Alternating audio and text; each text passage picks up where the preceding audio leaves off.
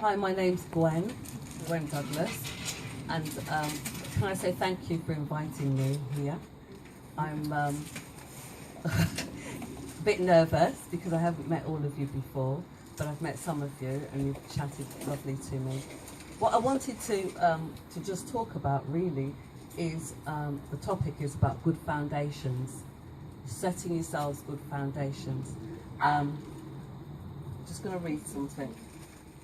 This guy, a man called Timothy, wrote this. He said, instruct them to do good, to be rich in good works, to be generous and ready to share, storing up for themselves the treasure of a good foundation for the future, so that they may take hold of that which is life indeed. So he was talking to some leaders to instruct people to have good foundations, and that those foundations should be of good works and giving to others. And my foundation, just want to share with you a bit about my life and my foundation. I'm from Birmingham, up north. Anybody been to Birmingham before? Lovely place, isn't it? And some nice people up there. Well, I grew up in a family of 8, the brothers and sisters, and had five sisters and 2 brothers. And my parents came from Jamaica, and we lived in Birmingham in a very small house. But as life went on, my dad was quite abusive to my mum, and we had to run away. Mum took the family away, and we lived in this house with another family, and they had 11 children. And you might think, whoa. Well, there were twins. There were quite a few twins. So we lived there for a while. And in those days, you didn't think of yourself as homeless, but when you think now, we would have been classed as homeless. But as life got on, that was when I was about 11 years old that we actually moved. One day, I'd started school, I'll never forget it, started secondary school, and my big sister came and said, we're not going there, we're going to go somewhere else. And we had to watch out to make sure that we weren't being followed. When I was younger, I always wanted to be a teacher. And so when I was in secondary school, I knew exactly what I wanted to do, and what I wanted to be. And I studied really hard. I worked very hard for my exams, but inevitably, well, it's not inevitable, but I failed my exams, particularly my maths exam. The maths, you had to have English and maths for being a teacher. And when I'd done that and failed it, I just felt, that's the end of my world. That was it. Smashed up, couldn't do that, couldn't be what I wanted to be. But my mum was an auxiliary nurse, and my biggest sister, she was a sister in a hospital. So they did nursing. And at that time, there was a lot of the jobs were, you would either go into nursing or you go into secretarial work. And I thought, I ain't doing none of that. I'm not going to do that. I want to be a teacher. So when I failed, and I really felt that was the end of my world. I was going to just run away. I was going to just leave. And they said, one of them said, I think it was my mum that said, well, you can easily be a nurse teacher if you go into nursing. And I applied for nursing, and I started to do some A-levels, because you could do, the amount of GCSEs I had, I could start A-levels. So I started the A-levels, but then in December, a letter came to start nursing in January. This time I'd started my A-levels, and I thought, well, this is where I'm going. But I looked at this letter, and I thought, Gwen, if you do these A-levels and you fail them, what are you going to do? But if you took your nursing, then you can be paid while you're working, and you'll have a qualification at the end of it. So I went for that. I went and did my nursing. And you know, in that time of doing my nursing, I did my nursing in Warwick. Anybody know Warwick? No? It's just outside of, it's where they have Warwick Castle. You'll probably hear of it one day. Not very far from Stratford-upon-Avon, where Shakespeare was born. Beautiful place. So did my nursing, and then I got married and came to London. That's how I got here. My husband then was from London. After I finished my nursing and came here and got a job doing nursing, I decided to do midwifery, and that was fantastic, delivering loads and loads of babies. You had to deliver over 100 babies to even just pass your course. So all the time I was delivering babies, fantastic job. But when you're married, you've got to do shifts, and it's very, very difficult, very, very hard. It's hard on your relationships. And I had children, but I decided I still wanted to teach. So I went for a teaching course in the evenings as a certificate, and did that certificate. So when I finished my midwifery, I had a little certificate, and I also had my midwifery course. So my first child was born, and after a few months, the GP that I was with said, "Oh, you're a nurse. How would you like to be my practice nurse?" And in those days, practice nurses were coming in. And I said, "Well, I just had a baby. How can you ask me to be your nurse?" So I said, "I'll give it a few more months." And it was literally across the road. So he said, "You can bring the baby in." And that's what I did. So brought my child in. I was practice nursing. After that, I decided, oh, well, you're at home doing practice nursing part-time, but you've got a baby, you could have a couple more children in. And the local college, Newham College, they were doing a Women into Business course.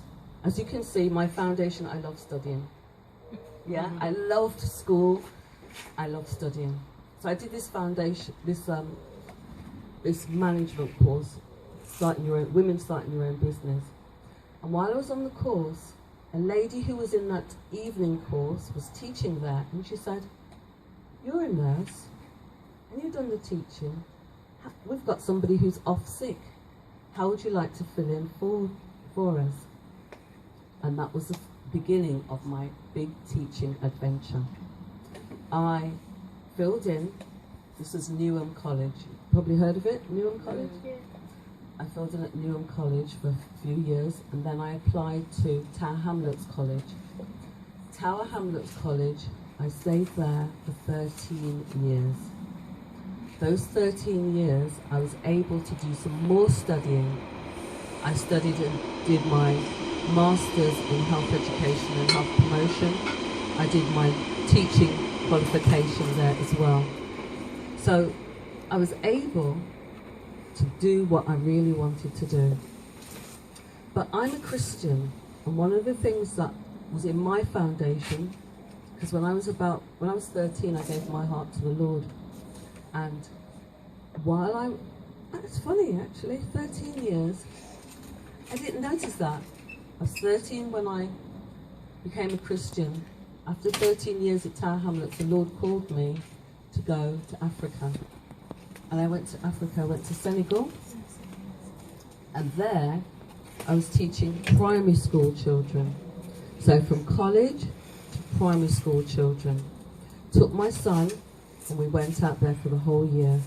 And God really taught me loads and loads of things about life, about myself, and about trusting Him and believing in Him. And when you have nothing, which we had nothing when we were out there, I was a very independent woman here, doing my own thing, working. I had become a single parent then, a lone parent, because my husband and I had divorced, and worked really hard out there. Came back, and the secondary school that my son was at asked me to come and do some teaching. I was a teaching assistant. So as a teaching assistant, I worked there. worked really hard, and then they said, well, why don't you set up the course for us? The course I was teaching in the college, they wanted me to set it up. So here I was now becoming a head of a little department, and from the foundations to coming up here. I worked at Oaks Park for a very long time. Then I was offered a place in the university to teach as a senior lecturer to people who wanted to do their midwifery.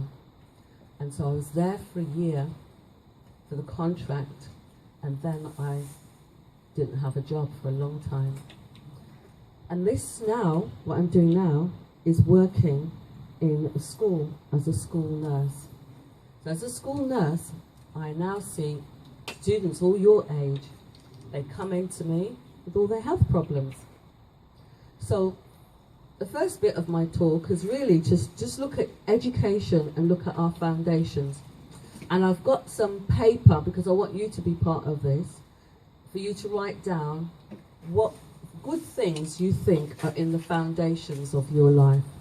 They can be people that you've met, they can be things that you've learned, things that you've done. I just want you to write it down on your own. So I'm going to give you a piece of paper and a pencil.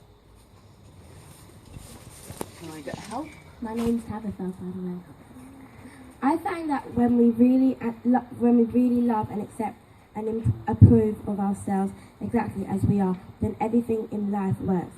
If you are one of those rare and fortunate people who already experience your body as perfect exactly as it is, with all its foibles and strengths, then you have already embraced the lesson of acceptance and can fast forward to the next lesson. However, if any small part of your belief that you would be happier if you were thinner, taller, larger, firmer, blonder, stronger, or some other physical alliteration you think would magically transform your life for the better, then you might want to spend some time learning about the value of true acceptance.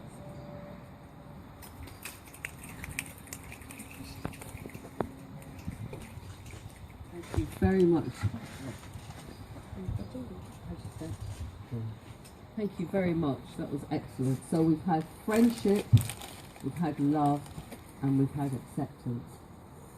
Those are all fantastic foundational things for our lives. We think about friendship and people, but not just about people. There are individuals that come into our lives, or things that we believe, as I believe in Christ, is a friend to me. I found when you said that, I thought, he's the friend that's always been with me. Because people are people wherever you go. So as you grow, you will make good friends. But friends can be people that say hello and say goodbye. And then when you read about love, that was very touching as well. Looking at love beginning and love ending. And then what was the last sentence there?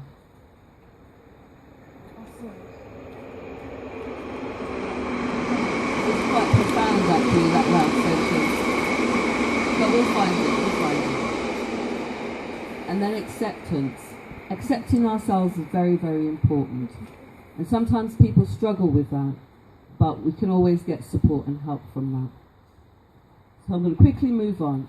As young women, or growing up, one of the things, well, I see young women all the time come into my room at school. And some of them say, I've got a headache. The first thing I say to them is, have you had breakfast? How many of you do not have breakfast when you go to school? Be honest. Look at this, honesty. It's very, very important to have breakfast. It is the most important meal of the day. Because look, remember I said we're part of a global village? That means we're not just competing with the people that are around us, we're competing with the world. And if you're going to school where you're using the energy of your brain and you're not putting anything in there, you are putting yourself at a disadvantage. So try your best to have breakfast in the morning. Another thing students come in with, so whenever they come in with headache, it can be breakfast, it can be that they are dehydrated and not drinking enough, it can be that they've got migraine and they suffer with migraine, it can be other things that my brain has to keep going, which one. It could even be they don't want to be in that lesson because they've got a cover teacher. Anybody heard that one? Cover teachers, and people try to get out. The other thing that ladies come in with is a tummy ache. Now this tummy ache is quite a lot, sometimes due to, well, quite a lot, most of the time it's due to periods.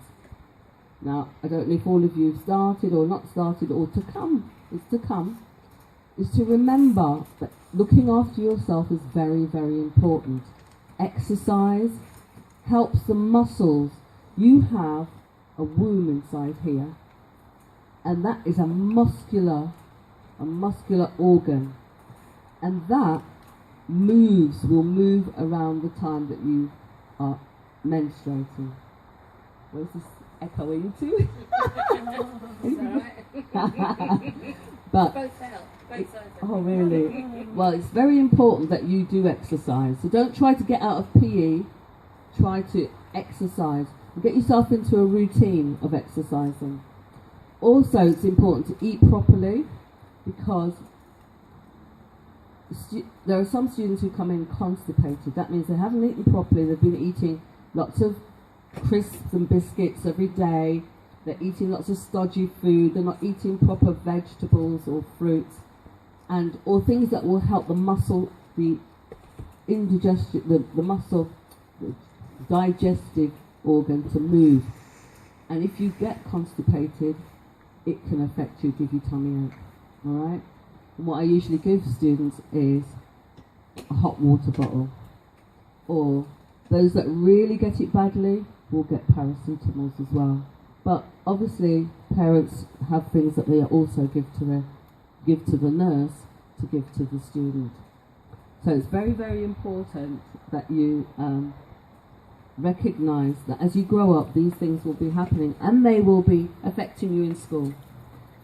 I also look after kids that have been running around and they drop and break an arm and end up with bones sticking out, which have to get them to hospital, or they knock their head. But one of the other things that, as children grow up, there are some children who are very sad.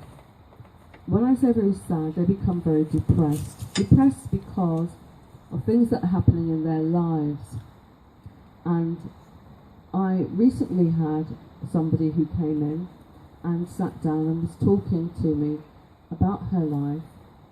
And she had lots of questions. And as you're growing up, you will find there are lots of questions. Questions about the family that you grow up in. Questions about the religion that you're probably part of. Questions about your friends or not having friends. This young lady, she had friends. And she did all the talking. Well, they did all the talking and she did all the listening. So if you have friends who are doing all the listening, they're not sharing something that may be inside of them. And a good friend should be able to help and support their friends. So if you've got good friends, you're supposed to support one another. This young lady, unfortunately, became very ill, ended up in hospital, so I didn't see her again. But when I do see her again, we'll be having lots of talks because she became very depressed. And young people can become very depressed. And you may have a counsellor in your school, you may have a nurse in your school, or your tutor. Your tutors, adults around you, are there to support you, and they do want to support you. The people in Rosebud are supportive. I can see that. They're there because they really love and care about you. Never feel that you're on your own. If you've got people like this around you, you can talk to them and use them. It's very, very important. And it's also important to talk. BT said it's good to talk. years ago, you probably didn't hear that advert, but it's good to talk, yeah? It is very good to talk. Sometimes we don't find ourselves talking as much as we should, but you can try to talk. So in finishing here, because I don't want to labour the point anymore, let's just check. So things that I kind of have is head injuries, tummy aches, no breakfast, dehydration, constipation. Oh, wind. If you don't eat properly, your muscles still go and it collects wind there. That can be so painful. Sometimes it's up here in your chest and it feels like your heart is lifting. Very, very important to eat. Alright, girls? Yeah? Very important. And try to eat at the right time. And not just eating crisps and biscuits and things. Try and think about your foundation. Your foundation of education, your foundation of a healthy person. Because when you get to 30, 20, 21, you want to know that you've put down that foundation and you'll continue to build on it. That's it, I think. Any questions? Did anybody have any questions that you wanted to ask me?